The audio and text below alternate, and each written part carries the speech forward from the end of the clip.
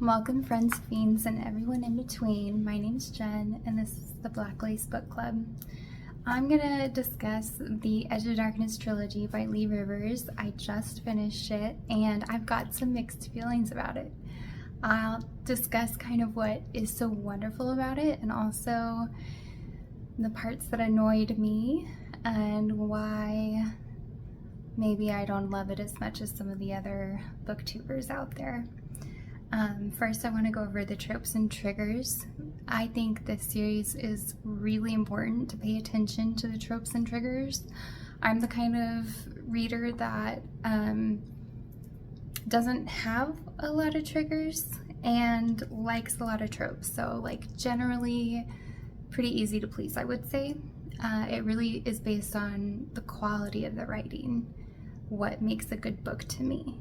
The tropes are going to be enemies to lovers, best friend's brother, miscommunication and lack of communication, stalker, obsession, love, or romance, and also morally gray and black characters. Obviously, this is a dark romance. The triggers, listen, I didn't check the triggers before I read this series, and I maybe should have, even though typically not much bothers me. And these specific triggers probably wouldn't have prevented me from, they definitely wouldn't have prevented me from reading the series. I just think with how descriptive the scenes are around these triggers and how often they come up, the triggers should actually be taken pretty seriously. So we have sexual violence and non-consent, as well as dubious consent, physical harm and violence and abuse, mental abuse and emotional abuse, coercion, blackmail, murder and torture, graphic content, and heavy somnophilia, which I don't know how to pronounce, but that's like sexual acts while the other person is asleep. And it's really heartbreaking the way that these triggers play out. And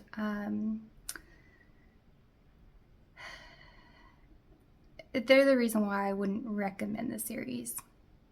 I enjoyed reading the series, I did personally, but because of the emotional damage that came with reading, like the emotional heaviness and the weight of it and how difficult some of the parts were to get through, I don't think I would really recommend it. Unless I knew that the reader was absolutely unfazed by those things and didn't mind at all, then by all means go for it. But if you're like me, where sometimes you can feel a little sensitive towards the graphic details of some of those triggers, then it might feel a little too much at times. Now, I did get through it just fine. It didn't really weigh into how I rated these books, but it does weigh into if I would recommend them or not. And for most people, to be honest, I probably wouldn't recommend them, even though I think we're all dark romance readers here. That's what I cater towards. That's what I enjoy reading. This is like dark, okay? This is real dark. Well, this is like, take it seriously, dark. We're not playing around. Like, even Alchemized to me wasn't as dark. Even The Red to me wasn't as dark.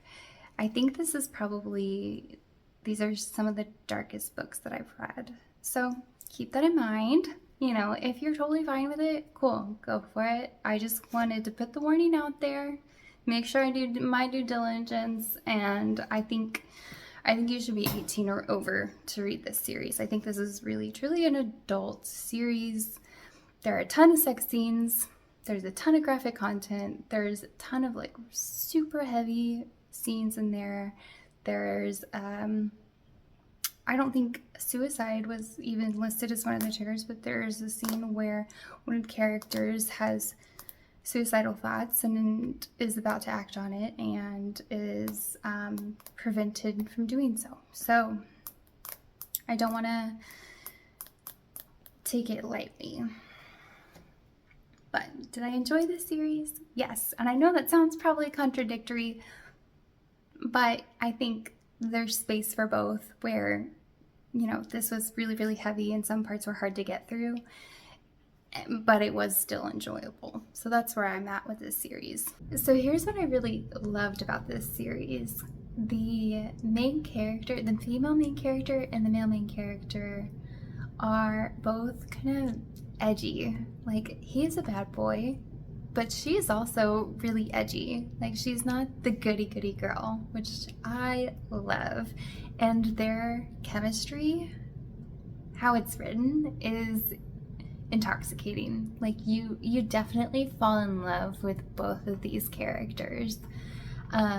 Stacy is really sassy and she's fun and she has this really cool job that she loves. And Cade, he's a hottie. Like, when he says something, you know he means it. And he takes his relationships with the people that he loves very seriously. And you know, like, genuinely he's a good guy. Like, he has a good heart, even though he's been through so much shit. And the friends are fun too, like when they come into play, and the parents are adorable. Like, you adore them, even though it's like a totally unconventional situation with the parents. But there are a lot of characters that you can love in this series. Overall, I think it was well written, but to be honest with you, the first book is the best, in my opinion.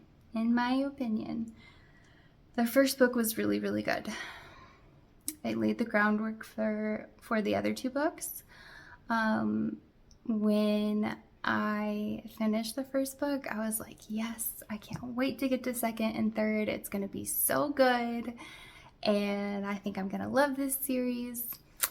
And to be honest, the second and third books kind of let me down because the second book was a little repetitive and had a lot of flashbacks, which was, you know, building the backstory between Stacy and Cade. They fell in love when they were teenagers. They had a very sweet romantic love connection as teenagers. It was sweet and innocent and lovely and so cute, and there were funny parts here and there. And then there were some secrets that the main female character, Stacy, was hiding. I'm trying not to give away too many spoilers. That's why I'm thinking, how do I word this without giving away too many spoilers? So Stacy's holding back. She's got some secrets that she's not sharing with Cade, the main male character. This is a dual POV series, so you get both main characters' perspectives, which is great. Love that. And then, oh, this is another trigger that I don't think was listed. They get pregnant and miscarry.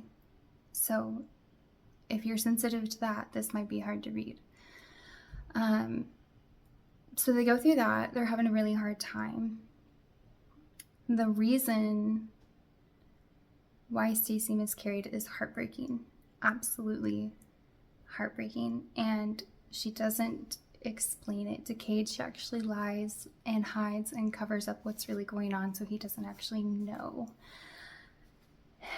And then she has some explicit content, non-consensual content, shared by a third party with Cade, and he loses all trust, and his heart is shattered, and they break up. And they hate each other because it was a misunderstood situation, and Stacy didn't get to explain, and Cade wouldn't hear her out, and they break up. So Stacy feels abandoned, Cade feels betrayed, and it's really sad to see their love story fall apart. So that's basically what the first book explains. But it is a little annoying that Lee Rivers felt the need to rehash that storyline over and over and over and over and over and over and over again through the second and third book, as if we, the reader, forgot. It is said in so many ways, and even the exact same way, multiple times throughout the series, and it gets to the point where it is just unnecessarily repetitive and not adding anything to the series. And that's the part where I started to enjoy it less. So my ratings for the first book was a 4-star. Rating for the second book was 3.5. Rating for the third book was like 2.5. I would give them all 4 spicy peppers because there's a lot of sex scenes, but the disappointing part is that most of the sex scenes sound almost exactly alike. There's a lot of committing every inch of her to memory and getting even harder, and there's a lot of balls tightening and tongue sweeping and pussy clenching and sinking deeper, and it just starts getting repetitive. Still hot, still enjoyable, but it's just kind of like, where's the creativity? Where is she? Where's the creativity? That being said, it's not always the exact same scenario. It's just kind of like the repetitive phrasing over and over. And then the third book, it's almost like sex scenes every chapter, which makes sense. In the third book, they get back together and there's a lot of making up to do. Totally understandable. But as a reader, it felt like between the rehashing of the inner monologues, the rehashing of the storyline, and the same phrases being used in almost every sex scene, it just felt repetitive, and it did feel like they could have easily edited out 100 pages and nobody would have missed anything. You know what I mean? It's just kind of like repetition for repetition's sake at some point, which is my biggest pet peeve, and which is the reason I gave the third book the lowest rating. Look, it gets points for not going the most obvious route in the plot, which I enjoyed. It kind of, it's predictable, but it's not the most obvious outcome, the most obvious storyline, and I appreciate that. So I did rate it 3.5, but honestly, the repetition, it just bothers me. It's my biggest pet peeve with any book, not just the series, any book that has a lot of repetition. It gets on my nerves.